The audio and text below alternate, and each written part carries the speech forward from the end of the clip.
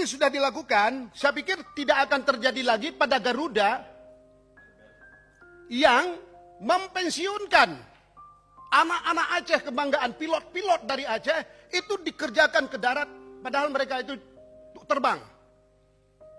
Nah, ini diskriminasi. Ini nggak boleh terjadi. Karena kenapa?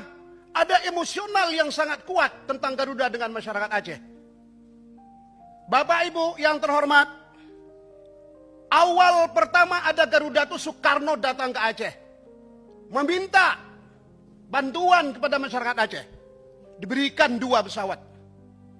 Itu cikal bakal Garuda. Saya buat di dalam syairnya. Nah ini apa Pak? Ini emosional. Ingin kami sampaikan bahwa kami sebagai masyarakat Aceh sangat-sangat punya visi yang kuat. Bagaimana bangsa besar ini bisa mandiri. Kemudian Pertamina. Pak Menteri yang terhormat. Sekali lagi saya sampaikan di sini. Walaupun Pertamina ada regulasi, ada wilayah lain dengan Komisi 7, saya ingin sampaikan keberadaan Pertamina di Aceh itu adalah ilegal. Karena kenapa? Di Aceh sudah ada namanya BPMA, itu undang-undang peraturan pemerintah yang diteken oleh Jokowi. Jokowi siapa? Presiden Indonesia. 7 tahun. PP 23 2015.